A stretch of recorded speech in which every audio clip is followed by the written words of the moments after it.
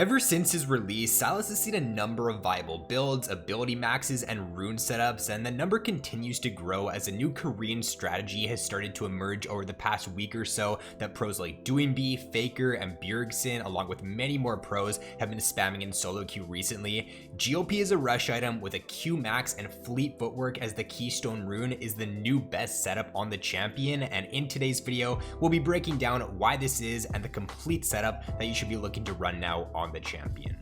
So if we start off by running down a couple of reasons as to why this setup's really good on Sylas, number one is that after the Conquer nerfs, it's just not as good on him anymore. Fleet footwork is just the better option now. It allows for you to sustain through the early game a little bit easier. It gives you that extra movement speed as well there. So in your more difficult matchups, in ranged matchups that can poke you out very easily in the early game or that can bully you, it just allows for you to survive that a little bit better so that you can get towards your mid game spike without being punished as hard. Now the reason to why a lot of people are maxing Q out right now is because you rush the GLP, and the synergy between the Q max and GLP rush is really good because what it allows for you to do is it almost guarantees that the first and second proc of Sylas Q damage is going to hit every single time, and if you do get the second proc of your Q to hit on Sylas, it does deal a lot of damage. The main issue a lot of the time though with maxing Q on Sylas is that you're not really guaranteed to get that second proc of your Q damage a lot of the time, but with the GLP rush, it kind of takes away from that, and it pretty much almost guarantees that you are going to get that second damage proc off. The GLP also allows for you to have a much greater chance at landing your E when you're looking for those engages, so it just overall allows the champion to be a lot more consistent. It's kind of in a way like the GLP on Ahri, right? You go GLP on Ahri, so you make it a lot easier to find picks with your charm. It's kind of similar on Sylas right now, to where if you go the GLP, you use that before you engage, it pretty much guarantees that you land your E every single time, and it guarantees that you land your Q, so it just makes the champion a lot more consistent. The snowball potential you have with this setup is even better as well, because once you get rolling in the early game, once you're able to consistently just look for engages with the champion, the movement speed you get from fleet combined with the GLP slow means that once you get on top of a target, they're really never going to be able to get away from you. So if you can just consistently look to jump onto the opponent, look to play aggressively when you do have a lead, you're going to find yourself snowballing the early game even harder than before. And then another really big pro to maxing your Q out first is that it just gives you a lot more consistent wave clear. If you max your W first, then you rely heavily on your protoball active to be able to instantly clear it a wave, and it's just very inconsistent. If you go for the Q max first, it's going to be on a pretty short cooldown, and it's just going to allow yourself to create a lot more pressure for your team if you are looking to side lane in the mid game.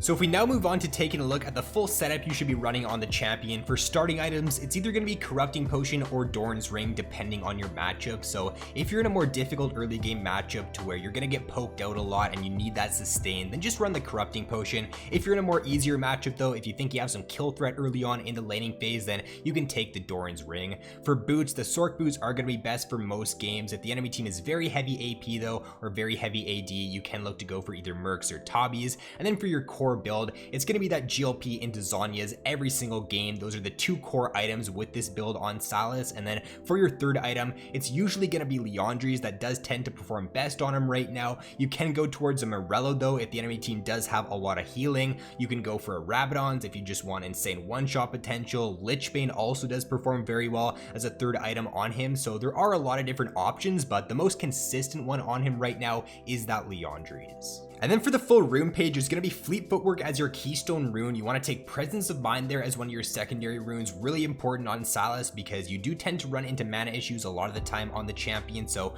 Presence of Mind just allows for you to sustain a lot better in those team fights. Tenacity, really good. You don't really want to take anything different in that row. And then Last Stand can be swapped out for Coup de Grace. Both are very good options, but most pros are preferring the Last Stand at the moment. For secondary runes there, Inspiration is the best on them at the moment. So taking the Biscuits there gives you that sustain in the early game, gives you some max mana as well to help out with your mana issues. And then the Cosmic Insight there, the extra CDR with your GLP, with your Zhonya's, and then Cosmic Insight, it allows for you to hit that 35% CDR there, which is really nice for a really good mid-game spike on the champion. Now for the ability max on the champion, the complete ability max is going to be Q first, W second, and then E last, but the abilities you take throughout levels 1 through 3, that is going to change depending on your matchup. What a lot of pros are doing right now, what Faker's doing, is that he's taking either his E or his Q at level 1 depending on the matchup. So if you're in an easy early game matchup and you look to trade aggressively at the level 1, you can take your E there and you can just use it to jump right onto the opponent. If you're in a more difficult level 1 matchup though, if you can't really jump onto the opponent, or if they're just playing very safe, then you can take your Q at level 1 to just help you secure CS. Whichever ability out of those two you don't take at level 1, you can look to take at level 2, and at level 3 you can take your W. And then if we round things out here by taking a look at some of his best bans for this patch, if you're playing him up in the top lane, then really any sustained damage bruiser can do very well into Sylas. So the Darius, the Kled, Tryndamere, Garen, all really good. The Poppy's also a more difficult matchup because of her W, just makes it very difficult for you to jump onto her with your E or your W. But the Darius there, probably the best ban, the #1 best ban if you're playing Sylas right now, because if you try to jump onto him, if you try to trade with them, then you just want to take short trades with Sylas. You want to take those short trades, use all your abilities, and then back out. But if you do that into somebody like Darius, he's just going to pull you in after you trade, and then he's just going to keep autoing you. He's just going to win that extended trade. All these champions just do very well into Sylas, because if you do take an extended trade into them, they're going to beat you pretty much every single time.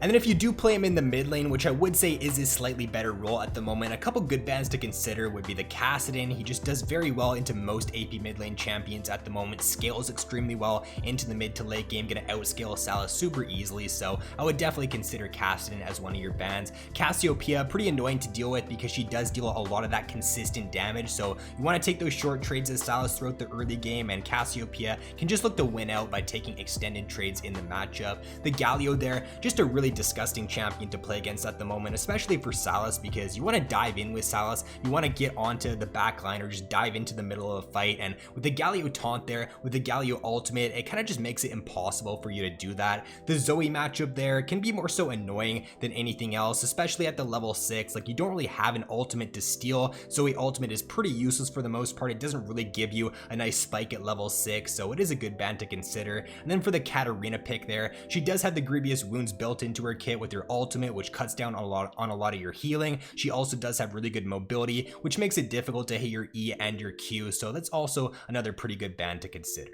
Alright, so that's going to be it for the video, guys. You should now have a pretty good understanding as to why this new setup on Sylas is going to start to see a lot more traction here in the next couple patches or so. A lot of pros are playing it right now. It's starting to slowly trickle down into solo queue, so you should be seeing it a lot more in your solo queue games in the coming patch. With that being said though, guys, if you enjoyed the video, then be sure to drop a like and subscribe if you have yet to already. So thanks for watching, have an awesome day, and I will see you in my next video.